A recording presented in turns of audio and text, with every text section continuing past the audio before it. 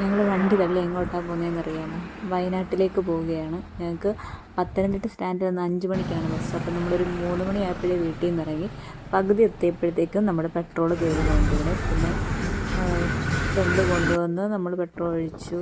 അങ്ങനെ നമ്മൾ പത്തനംതിട്ട സ്റ്റാൻഡിലോട്ട് പോകാനായിട്ട് അവിടെ നിന്നൊരു ബസ് കയറി നമ്മളങ്ങോട്ട് പോയിക്കൊണ്ടിരിക്കുകയാണ്. അങ്ങനെ പത്തനംതിട്ട സ്റ്റാൻഡിലെത്തി. നേരത്തെ ബുക്ക് ചെയ്ത് വെച്ചുകൊണ്ട് നമുക്ക് സീറ്റ് ഉണ്ടായിരുന്നു. അന്ന് ഓണത്തിൻ്റെ അവധി സമയമായിരുന്നു.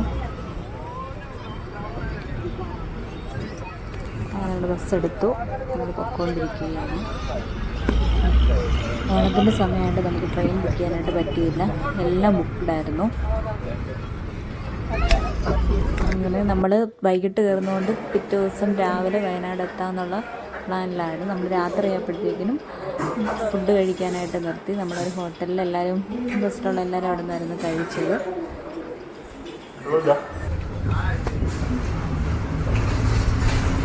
രാവിലെ ആയപ്പോഴത്തേക്കിനും ഞങ്ങൾ തിരുനെല്ലി അവിടെ എത്തി. ആദ്യം നമ്മൾ പോകുന്നത് തിരുനെല്ലി അമ്പലത്തിലോട്ടാണ്. ഭയങ്കര തണുപ്പടിച്ചപ്പോഴത്തേക്കാണ് നമ്മൾ ഉണർന്നത്.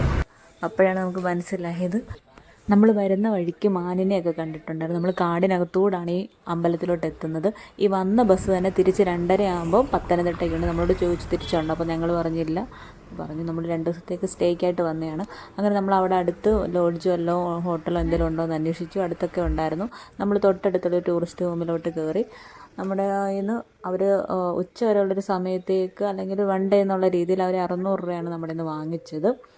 അങ്ങനെ നമ്മൾ കുളിച്ച് ഫ്രഷായിട്ട് അമ്പലത്തിലോട്ട് തൊഴാനായിട്ട് പോകും. അപ്പോൾ നമ്മൾ അവിടെ എല്ലാം ഒരുപാട് കുരങ്ങന്മാരുണ്ട്. കാരണം അതിങ്ങനെ ചാടിക്കളിക്കുന്നതാണ് നിങ്ങൾ കാണുന്നത്.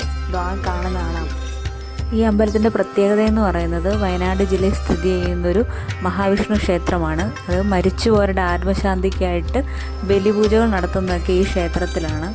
ക്ഷേത്രത്തിലെ പ്രധാന പ്രതിഷ്ഠ എന്ന് പറയുന്നത് മഹാവിഷ്ണുവാണ്. കർണാടക അതിർത്തിയിലെ ബ്രഹ്മഗിരി മലകളിലെ കമ്പമല, കരിമല, വരടിക മലകൾ എന്നിവയെ ചുറ്റപ്പെട്ടതാണ് തിരുനെല്ലി സഹ്യമല ക്ഷേത്രം.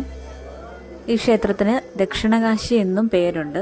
സാധാ എല്ലാ അമ്പലങ്ങളിലും നമ്മൾ കർക്കിടകവാവിനാണ് ബലിയിടുന്നത്. ഈ അമ്പലത്തിൽ എന്ന് പറഞ്ഞാൽ എല്ലാ ദിവസവും ബലി നടത്താറുണ്ട്. നീലഗിരി ബയോ റിസർവിൻ്റെ ഒരു പ്രധാന ഭാഗമാണ് ഈ അമ്പലം സ്ഥിതി ചെയ്യുന്ന സ്ഥലം.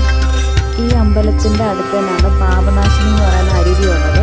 ഈ അരുവിയിൽ മുങ്ങി കുളിച്ചു കഴിഞ്ഞാൽ എല്ലാ പാപങ്ങളിൽ നിന്ന് മോചിതരാകുന്നതാണ്. നമുക്ക് അങ്ങോട്ടൊന്നും പോകാൻ പറ്റില്ല.